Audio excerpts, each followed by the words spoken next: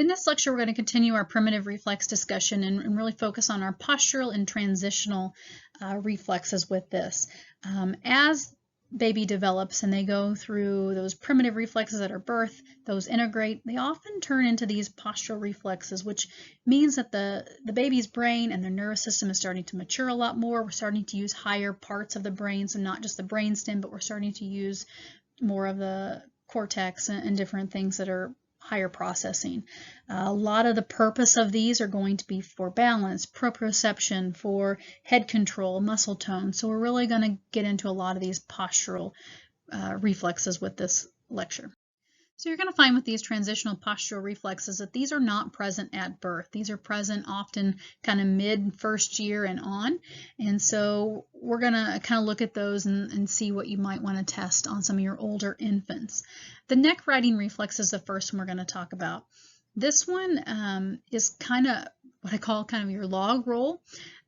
This one is often present after the ATNR integrates. And the child starts to begin the rolling over phase. So that's why I kind of call it the log roll.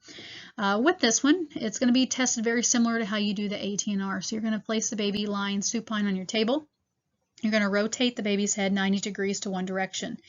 And remember with the ATNR, we had that flexor response where whatever side we turned the baby's head to, the arm and leg on that side extended and the opposite one flexed. With this one, what we're going to see once that ATNR is integrated, when we turn the baby's head to one side, is that their shoulder and their whole trunk is going to start to roll towards that same side. So that's why I call it the log roll, because as you turn, their whole body is going to start to follow with them.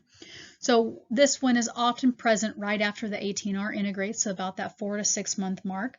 And then it will continue about 8 to 10 months until it becomes really voluntary and the baby's going through a lot of those rolling motions and things on their own. The Landau is also another one that really helps with understanding muscle tone, head control. And so this one, what you're going to do is what's shown in the picture here on your left. And you're going to hold the baby in a horizontal position, in a prone position. And what you're going to see here is that the child's going to kind of arch their back and lift their head up.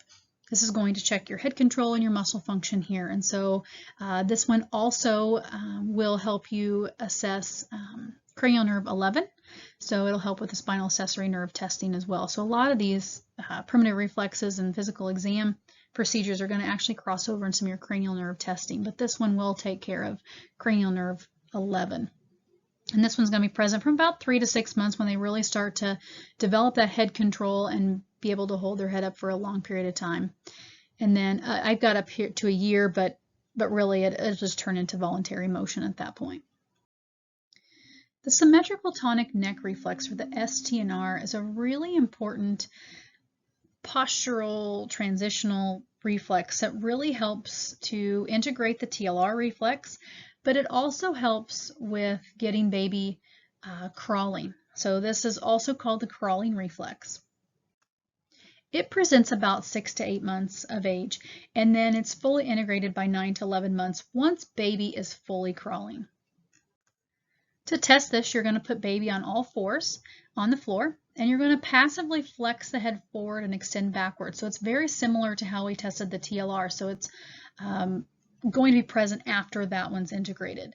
And so with this one, when you've got the baby on all fours, as you flex the head forward, the upper extremities are going to flex and the lower extremities are going to extend. As you extend the head, the upper extremity is going to extend and the legs are going to flex. And so this, as you start to watch it, you're going to see that this is kind of some of the beginning stages of crawling. And as it integrates and as the baby starts to crawl, you're going to see them start to go into that rocking on all fours and take off. And that means that that reflex has integrated at that point. One of the important things to note about the STNR is that this particular reflex helps to separate the upper and the lower body movements. So we talked about the ATNR really being important for left to right coordination. STNR is going to be really important for the upper and lower body coordination and the movements that follow. So if you're seeing issues with the crawling phase or an abnormal crawl pattern, this might be one of the reflexes you may want to look at and see if there's an issue with. If you needed a visual to see what this looks like, this is just a picture showing how it's done over the lap of the doctor or the parent. But again, you can have them on all fours to test it as well, but you can see as the head is extended, the upper extremities extended and the lower body's flexed. And as the head flexes, upper body flexes and the lower extremities extend. So that's kind of what I wanted you to see in this picture, is how that really looks. The parachute response is one of our protective reflexes, and so you may have experienced this one yourself, as you fall forward, your natural instinct is to extend your arms out to kind of break your fall. That's what the parachute response is. And so when we first notice it, we might see it around age 6 to 8 months, and then by the time the baby turns 1 year, we should see that this is fully developed. So how you're going to test this in your young infants and kids is that you're just going to hold them up midair in a horizontal position. So I kind of play like airplane or something fun with them on this, and then kind of take them down towards the floor at the end, and you'll see them put their arms out with that. So as you're holding the baby in a horizontal position, in the prone position, you're going to quickly lower the child down towards the floor or the table. What you will then see is the baby will extend their arms and hands and fingers to protect themselves so they can break their fall with that. You don't need to plunge them too far down. You only need to go about 3 or 4 centimeters with this, but it can be a fun exam to do on kids. They like to play with this one, so I often just play like airplane or something as we test this one. The traction and pull-up test, it's not really a reflex, but I put that in here because it does help us establish, head control, muscle tone, and it's an important one to examine on our infants. This one, depending on how old they are, will depend on what you find on your results of this one. So what you're going to have the baby do is lie on the supine position. You're going to face the baby on the table. And I usually just kind of bring their hands to midline and kind of hold them. And then I place my hand underneath their head. And what I'm going to do is kind of traction up on their hands and their wrists, like I'm pulling them forward to me. And so what you'll see, and we'll go through each one of these, is like a newborn, what you would normally expect, you shouldn't see a lot of head control. So they're going to have a lot of head lag with this. And as you bring them up and traction them up to sit, their head's just going to flop forward as you get to the seated position. That's fairly normal for a newborn. As you lay the baby back, let's say, let's do a 3-month-old. As you bring baby up a little bit more, you're going to see that their head has a little bit more control. You still want to put your hand behind their head just to make sure, but they should be kind of activating their neck muscles and being able to hold their head steady. And as you get them in the seated position, they're not going to flop their head forward at that point. They should have a little bit of support with that head at that time. As you get closer to the 6-month mark and a little bit older, you're going to actually see the baby try to help set up at that point, and they should have fully functioning head control and be able to set up with no issues there. So that's just what the traction test is, or pull-up test, you may see it called, but it's a really good one to establish muscle tone and head control and those different postural things. So a really important one to do. But you might see this one as far as maybe you've got an asymmetrical response, or the response is not normal. You might see this in low tone kiddos, or maybe there's some kind of brachial palsy or hemiparesis that's going on with them. I wanted to chat a little bit about retained primitive reflexes. We're going to workshop this one in our lab this week, so we're going to get a lot more information on signs and symptoms, how to test, what to do with those. But I do want to spend a little bit of time on talking to you what they are. You've probably heard, just talking to other chiropractors, parents, you've probably heard of people talking about retained primitive reflexes and all of that, and what the heck does that mean? So we already mentioned that our primitive reflexes are usually present at birth or kind of in that first year, and we should have them fully integrated, or they should be disappearing by that 1-year mark. If those reflexes hang on too long, we might see some issues later on with social problems, academic, motor skills, developmental delays. I mean, there could be a variety of different things that comes out of having these primitive reflexes hang on, because if you remember that pyramid I showed you guys, the bottom of that pyramid is a primitive reflex.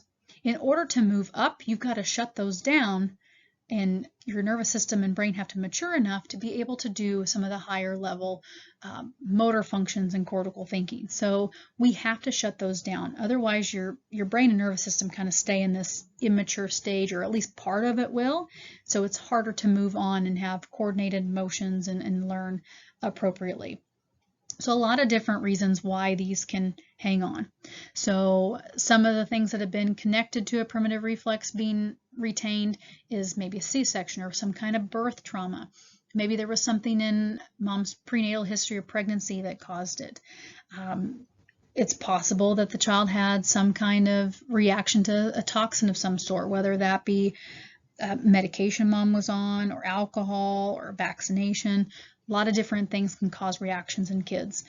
Maybe you've got some dietary allergies or sensitivities that are causing issues with the child. Maybe there was lack of tummy time, or the child's not able to perform some of these cross-crawl patterns with crawling. So these are important things to ask in our histories. We've already talked about a lot of the history questions to ask, but we're going to get into that birth trauma, birth history, prenatal history, developmental milestones. Those are all going to be really important, especially when we're dealing with some of the neurological issues, or maybe some abnormalities that the parents are coming in or having concerns with.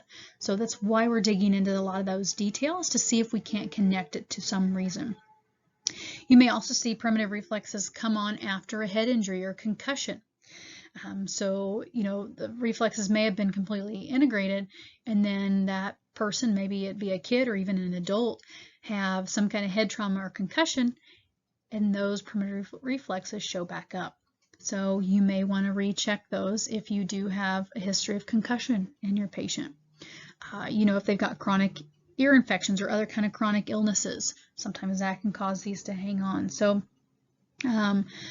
one thing I've also seen is that it's been connected in patients that have dementia or Alzheimer's, and then or even after a stroke, seeing that. So it's interesting how neurologically those things can change, and how it kind of resets back to a more primitive neurological system. So I am going to just briefly skim the surface of this topic. This topic is very intense and very in-depth, and so if this interests you, there's a lot more training and a lot more involved than just what I've gone over today. I'm giving you just some basic information on how to test, what to look for, and then as we get into our workshop, I'm going to give you just a few things that you can do to help. But this subject and this topic is a bigger thing out there. So if this does interest you, there's a lot more resources available for you, just in case you wanted that information. But if you do suspect retained reflexes in older kids, check them. I know on our exam downstairs in our clinic at Cleveland, we only have it on our birth to 2-year examination. It's not present on older kids or adults, but if you do suspect that they've got a retained reflex, you are more than welcome to test them. It is okay. If we've gone through this and you understand that, go ahead and recheck them. You might see that that's connected to something that's going on with them. If I get kids coming in with behavior issues or attention, concentration, balance, autism, ADD, learning disabilities, sensory issues, developmental delays, I'm often rechecking these. That's just kind of my standard procedure. I don't check them on every kid that comes in, but if I start to see we've got developmental delays, we've got issues at school, behavior issues, I'm going to recheck a few of these just to see if maybe we find some kind of underlying cause for that. So again, this is something that is growing in popularity, especially in the pediatric chiropractic world, and it is very fascinating to see as you test them and integrate some of the exercise I'm going to do and how they respond and how they improve over time. So hopefully you'll get to see some of that as we go, and we'll kind of talk about some case studies towards the end of the trimester on some of these cases.